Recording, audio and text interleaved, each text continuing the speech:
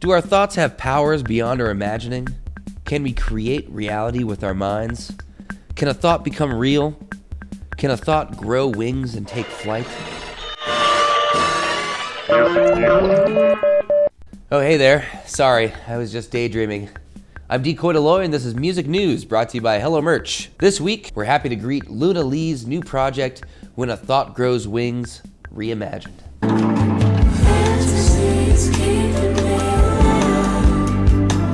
And with it, the Korean-Canadian-based artist invited friends and collaborators to reimagine her 2024 album, When a Thought Grows Wings. Now available for pre-order, the first disc features the original version of the album, while the second disc includes the reimagined version. A little 2-for-1. Very nice. Check out the backstage interview we did with Luna Lee last year at the Valley Bar. When did you start writing your own music? I started writing my own music when I picked up the guitar. So when I was 12 or 13, I started learning how to cover songs. I think the first song I ever covered was The Only Exception by Paramore. Yeah. And then from there, I started writing, my own little weird songs in my bedroom. I was really into Green Day at the time as well. Definitely influenced by them, and was writing these weird little pop punk type songs in my bedroom. In other news, tonight the Linda Lindas play Walter Studios. The teenage rockers grew up literally surrounded by rock music, and with no obligation, the Linda Lindas bring literate references and Weird Al Yankovic to the table. Well, you all have played with some really fascinatingly diverse bands, from the Rolling Stones to Paramore, which is a pretty big spectrum right there, I think. But I was really curious. At one point, you were all on tour with the Smashing Pumpkins, right? Them and Rancid and Green Day. What did you all think watching them do their set? And did you have any interactions with any members of the Smashing Pumpkins that were interesting? Their set was the most epic thing. They had this huge light rig, and it was super. I don't know. It was cool. It was a big show, and Kiki and Katie from the Smashing Pumpkins, they would hang out with us sometimes. And James Iha at catering, he would talk to us a lot. And he's really funny. He told us that his favorite, because I like to ask what favorite dinosaurs are. Did I ask it at their VIP thing? Yeah, they had a bucket where you could drop questions in it. And I asked them, what's your favorite dinosaur? And James was like, oh, my favorite dinosaur is the Dimetrodon. And he goes, because, I guess he connected with it at an early age. He saw it in a book, and he loves how it's just and he made that face. He goes, yeah, I love the Dimetrodon because he's just chill. He's and we're what? He's so monotone and straight face. Yeah. He says everything so unexcitedly, but he's he's just super funny. And then a funny connection is that since we're kind of named after the song Linda Linda by the Blue Hearts and also the movie Linda Linda Linda, which are both Japanese things. And so James Iha actually scored the movie Linda Linda Linda that we kind of are partially named after, which is kind of funny. How about Rancid? Did you all probably grow up hearing Rancid relatively early in your lives? Was that the case for Rancid? You? Rancid was so fun. It was so fun because we had a 20-minute set right before Rancid. So it was so fun because we would just play 20 minutes and then I'd leave the stage and I had cat whiskers I'd painted on cat whiskers every show that tour. So I'd take off my cat whiskers and go straight into the audience for Rancid. Yeah. And try to start a pit. And I guess they saw that, right? Because one of the shows, Lars dedicated a song to us. He was because every day I see the Linda Lindas out there, and I don't know if it feels weird to say, but he was if you can't, he was just talking about how we were always out in the crowd, and he goes, if you can't handle your shit, get out of the pit. And I was oh my god, he dedicated that song to us. I don't know, that just made me so happy. But they're all super nice. And Lars showed Bella how to do some stretches for her back. and Tim was super sweet, and I don't know, they were just all like super nice, and Yeah. it's so funny like watching Matt Freeman's Bass Bunker, and sometimes we saw him like filming a few of them, and then I saw them up on YouTube, and I was like, oh my god, I was there when he filmed that.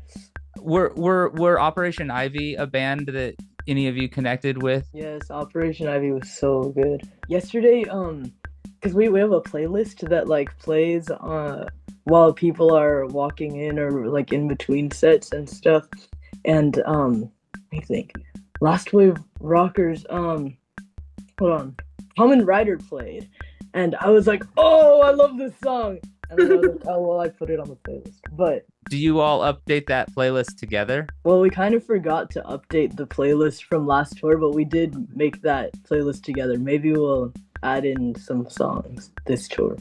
Make a new one for this tour. We're just kind of using the one from last. There's like And a we kind of forgot to make a playlist for this tour. listening to it, like when we hear it, there's like a lot of Taylor Swift on it that I didn't realize, and I think that's my fault. I don't mind, but it's just kind of funny. Yeah, Green Day's just out here really they're doing a ton of activity. It's really interesting and cool to see as well. A band that, I mean, I suppose that it's like when I consider the fact that they were sort of my introduction to punk rock in a lot of ways as a person who's, you know, your age and younger, I have to imagine that that's probably carried through to like generations way. Like there's so many people for whom Green Day's their first punk band. Dude, the Green Day tour was so fun. Like, I had so much fun on that tour. Going into it, I was like, man, it's gonna feel weird because we're playing like baseball stadiums and stuff. But the vibes were not off, and everyone was super nice. And yeah, it was just so much fun. Like being able to see Green Day like every other day, you know, like they put on such a good show, and I'm just really happy about that experience. Their spirit, you know, is just like has been I don't know, they're just like so into it, you know. And I mean, they played like 2.5 hours like every night, you know.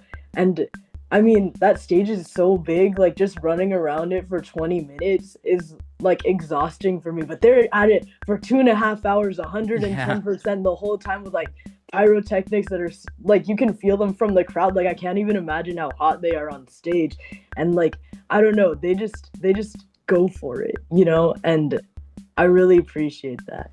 You know, our project WASTOIDS is almost exclusively based on us trying to do our own version of UHF by Weird Al. And so I wanted to ask a little bit about the fact that Weird Al's on the record. How did that come to be? That was really fun because we did this song in Spanish, and we really wanted an accordion player. We thought, who is the most obscene person we could get? And so we're like, Weird Al, and we asked him, and he said yes right away, which is crazy to think about. I know, we like did not expect him to. And he was the most prepared musician I've ever seen. Like, he played it once and it wasn't right, and he like kept playing it until he finally got it, and it was so cool. And he brought like the right accordion for the type of music. Like he went above and beyond. He was amazing. Then for the music video, we asked him if he would be a part of that too, and he said yes again, which was crazy. And he brought like 4 different like outfit options, which were all so good. Yeah, he brought like 4 different Hawaiian shirts, and he was like, also I have an abnormally large head, so I'm bringing my own hat. And we're like, oh, okay. And we were like, we have one, and he was like, no, my head's gonna be too big for that. Oh, that's amazing. I'm so psyched that he was so receptive to doing that with you all. That's awesome. Yes, we were too. Well, I appreciate you all taking the time. Thanks so much for doing this. All right, thank you. Yeah. Thank you.